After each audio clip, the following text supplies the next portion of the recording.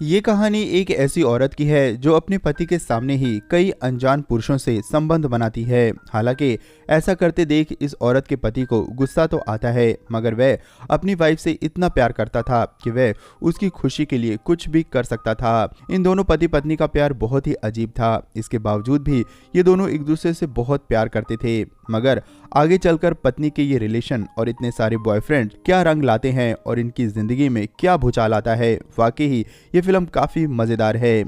Wife Melinda Brazil की रहने वाली है जो कि बहुत ही ओपन माइंडेड है। वहीं विक अमेरिका का रहने वाला है। उसकी एक बेटी ट्रिक्सी है। फिल्म की शुरुआत में हम देखते हैं कि विक और मिलिंडा एक दोस्त की पार्टी में जाने के लिए तैयार होते हैं। मिलिंडा विक से कहती है कि तुम जानते हो ना कि मैं तुमसे कितना प्यार करती हूँ। इस पर विक कोई जवाब नहीं देता। वे दोनों पार्टी में पहुंचते हैं। मिलिंडा को उसका एक पुराना बॉयफ्रेंड जॉय मिलता है। मिलिंडा उसके साथ थोड़ा बिजी हो जाती है। थोड़ी देर बाद विक मिलिंडा को खोजने लगता है। वह देखता है कि उसकी बीवी जॉय के साथ नीचे एंजॉय कर रही है। मिलिंडा को किसी और के साथ देखकर विक बिल्कुल भी सरप्राइज नहीं होता। पार्टी में कुछ दोस्त उसे कहते हैं कि ये सब देखकर क्या तुम्हें गुस्सा नहीं आता, लेकिन विक कुछ नहीं कहता। थोड़ी देर बाद देखते हैं कि विक की पत्नी मिलिंडा पियानो बजा रही है। उसे पियानो बजाते देख विक को बहुत खुशी होती है। पार्टी में जॉय और विक आपस में बात करते हैं। जॉय विक से कहता है कि तुम कितने अच्छे पति हो जो अपनी पत्नी के पर्सनल लाइफ में बिल्कुल भी इंटरफेयर नहीं करते। तुम्हें कोई फर्क नहीं पड़ता कि तुम्हारी पत्नी किसके साथ अपना टाइम बिता रही है। तब विक कहता है कि तुम्हें पता है कि मिलिंडा का एक पुराना बॉयफ्रेंड था, मार्टिन। इस वक्त मार्टिन शहर में कहीं दिखाई नहीं दे रहा है। क्या तुम्हें पता है कि ऐसा क्यों है? जॉय कहता है कि ऐसा क्यों है? विक कहता है कि मैंने उसे मार डाला है क्योंकि जो भी मेरी वाइफ के करीब आएगा मैं उसे अपना शिकार बना लूंगा। यह सुनकर जॉय काफी डर जाता है और पार्टी छोड़कर वहां से चला जाता है। मिलिंडा समझ जाती है और विक से पूछती है कि तुमने जॉय को क्या धमकी दी है? वह पार्टी में दिखाई क्यों नहीं दे रहा? विक कहता है कि नहीं, बिल्कुल भी नहीं, मैंने उसे कुछ नहीं कहा। रात को विक मिलिंडा का बॉडी मसाज करता है। उसके बाद मिलिंडा कहती है कि तुम अपने कमरे में चले जाओ। इस बात से पता चलता है कि दोनों अलग अलग कमरों में सोते हैं। ऊपर से ये लोग खुश रहने का सिर्फ दिखावा करते हैं, लेकिन अंदर से बहुत दुखी हैं। विक ज्यादातर समय अपनी बेटी के साथ बिताता है। जो समय बचता है वह अपने स्नेल हाउस में बिताता है। विक की बेटी बहुत ही स्मार्ट थी। वह अपने स्कूल के लिए एक प्रोजेक्ट तैयार कर रही थी। विक अपनी बेटी को स्कूल छोड़ने जाता है तो ट्रिक्सी की स्कूल टीचर कैली विक से मिलती है, जो कि विक की एक अच्छी दोस्त होती है। केली कहती है कि मैंने सुना है कि तुम अपनी पत्नी के बॉयफ्रेंड का मर्डर कर देते हो। जॉय लोगों को बता रहा है कि तुमने मार्टिन का मर्डर कर दिया है। तब विक कहता है कि नहीं, मैं तो मजाक कर रहा था। केली कहती है कि मजाक हो या सच, लेकिन आइडिया तुम्हारा काम कर रहा है। अब जॉय तुम्हारे घर के आसपास भी दिखाई नहीं देता। मिलिंडा भी उसकी इस बात से दुखी थी। वह विक से कहती है कि जॉय को घर पे डिनर के लिए बुलाते हैं और तुम उससे सॉरी कहोगे। अगले दिन जॉय डिनर पर आता है। डिनर के बाद मिलिंडा कहती है कि तुम ट्रिक्सी के पास जाओ और उसे कहानी सुनाओ। विक समझ जाता है कि मिलिंडा जॉय के साथ इंटीमेट होना चाहती है। विक अपनी बेटी के पास जाता है। ट्रिक्सी अपने पापा से कहती है कि वह मॉम को किसी और के साथ देखना पसंद नहीं करती। तब विक कहता है कि कोई बात नहीं, वह सब ठीक कर देगा और उसे सुला देता है। विक बाहर निकलता है तो वह देखता है कि मिलिंडा जॉय के साथ एंजॉय कर रही है। उसे ये सब अच्छा नहीं लगता।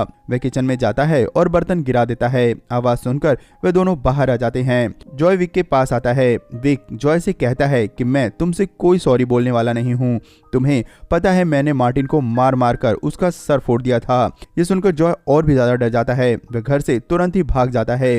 अगले दिन मिलिंडा और विक एक और दोस्त की पार्टी में जाते हैं। वहां उन्हें डॉन नाम का एक आदमी मिलता है। वह बताता है कि मैं शॉर्ट स्टोरीज लिखता हूँ, तुम क्या करते हो? विक कहता है कि मैं ड्रोन्स की चिप्स बनाता हूँ।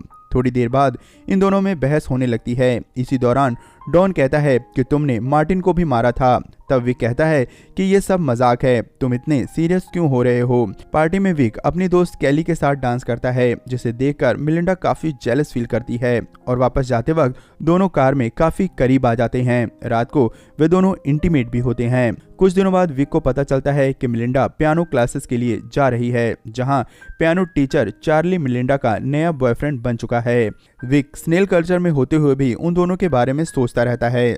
जब विक मिलिंडा से पूछता है कि वह रात कहाँ थी, तो वह खुलकर बताती है कि वह चार्ली के साथ एंजॉय कर रही थी। साथ ही वह ये भी बताती है कि चार्ली उसे कैसे कैसे खुश करता है। ये सुनकर विक बहुत दुखी हो जाता है। अगले दिन एक पार्टी के दौरान चार्ली पियानो बजाता है और मिलिंडा उसकी धुन पर डांस करती है। थोड़ी देर बाद विक देखता है कि मिलिंडा और चार्ली कहीं दिखाई नहीं दे रहे हैं। जब वह उन्हें खोजने ऊपर की तरफ जाता है तो देखता है कि वे दोनों एक रूम में इंटीमेट हो रहे थे।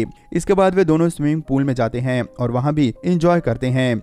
ये देखकर विक का पारा चढ़ जाता है और वह गुस्से से पागल हो जाता है। अचानक से बारिश होने लगती है और सभी लोग घर के अंदर चले आते हैं। सब लोग घर के अंदर कुकीज खाकर पार्टी कर रहे होते हैं। उसी दौरान विक चार्ली को स्विमिंग पूल में डुबोकर मार देता है। इसके बाद वह अंदर आकर कुकीज एंजॉय करता है। थोड़ी देर बाद मिलिंडा चार्ली को खोजती हुई बाहर जाती है तो स्विमिंग पूल में चार्ली की लाश देखती है। शोर मचाने पर सभी लोग आकर उसे बाहर निकालते हैं, लेकिन वह मर चुका था। पुलिस भी आती है और सबसे पूछताछ करती है, लेकिन उन्हें कुछ भी पता नहीं चलता। कोई सबूत न मिलने पर इसे एक एक्सीडेंट मान लिया जाता है। डॉन को विक पर शक हो जाता है क्योंकि उसने उन दोनों को नीचे देखा था। डॉन एक प्राइवेट डिटेक्टिव हायर करता है जो कि विक का पीछा करके उसके बारे में पता कर सके। विक को उस डिटेक्टिव के बारे में पता चल जाता है। विक मिलिंडा के बैंक स्टेटमेंट से जान लेता है कि मिलिंडा ने डॉन को डिटेक्टिव हायर करने के लिए पैसे दिए हैं। विक डॉन के घर जाता है और उन दोनों में काफी बहस होती है। अब भी विक की प्रॉब्लम डॉन नहीं था बल्कि मिलिंडा ही थी। वह अपने नए बॉयफ्रेंड के साथ बिजी थी जो कि उसके कॉलेज के समय का ही था और ब्राजील का रहने वाला था। रात को उसकी बेटी कहती है कि डैड, मुझे पता है कि आपने चार्ली को मार दिया है। विक कहता है कि ये बात अपने तक ही रखना। ट्रिक्सी को सुलाने के बाद विक मिलिंडा को किसी से फोन पर बात करते हुए सुन लेता है। उसकी बातों से पता चलता है कि वह ट्रिक्सी को लेकर ब्राजील शिफ्ट होने जा रही है। विक को बहुत दुख होता है। ये और कोई नहीं, मिलिंडा का नया बॉयफ्रेंड टोनी ही था। अगले दिन विक देखता है कि मिलिंडा टोनी को अपने घर बुलाती है। वे दोनों लंच करके काफी एंजॉय करते हैं। विक को ये सब अच्छा नहीं लगता। अगले दिन विक टोनी को एक रेस्टोरेंट में पिक करता है। किसी तरह टोनी को अपने साथ चलने के लिए कन्विंस कर लेता है। विक उसे लेकर एक हाइकिंग साइट पर जाता है। वहां पहुंचकर वे दोनों कार से उतर जाते हैं। टोनी थोड़ा आगे बढ़ता है तो विक एक पत्थर से उस पर अटैक कर देता है, जिसके बाद टोनी पहाड़ी से नीचे गिरकर मर जाता है। नीचे जाकर विक टोनी की लाश को एक पत्थर के साथ एक बेल्ट में बांधकर नदी में फेंक देता है। साथ ही उसका पर्स निकाल कर रख लेता है। विक अपने डॉगी के साथ वापस घर आ जाता है। घर आकर विक मिलिंडा से पूछता है कि क्या बात है, टोनी आजकल दिखाई नहीं दे रहा।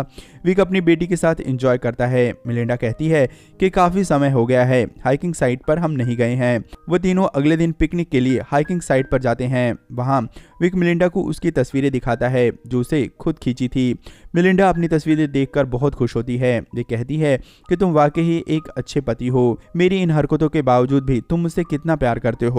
मुझे तुमसे ज्यादा प्यार करने वाला कोई और नहीं मिल सकता। तभी विक देखता है कि उसकी बेटी नदी के पास चली गई है। वह उसे वहां लाने के लिए जाता है। विक देखता है कि टोनी की डेड बॉडी फूलने की वजह से पानी से बाहर आ गई है।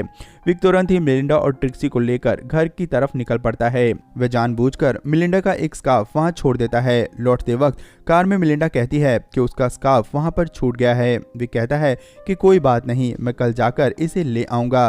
रात को विक और मिलिंडा इंटीमेट होते हैं, जहां बहुत दिनों बाद विक को एहसास होता है कि शायद मिलिंडा अब बदल चुकी है।